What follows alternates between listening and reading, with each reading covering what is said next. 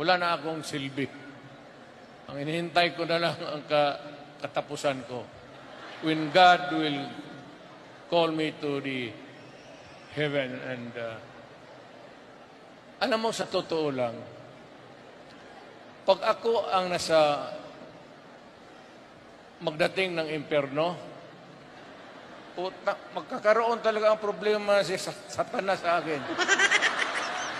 Ano kung bakit? Nasanay ako nag-number 1 mayor, nag-number 1 presidente. Kung pupunta ako sa langit, sabihin ko, ano ko? Ultimo lang ako dito, saan yung hipi ninyo?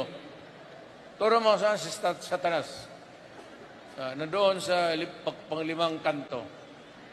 Puntahan ko yan, tapos sabi ko, Satanas, putang ina mo, sampalin ko na tayo.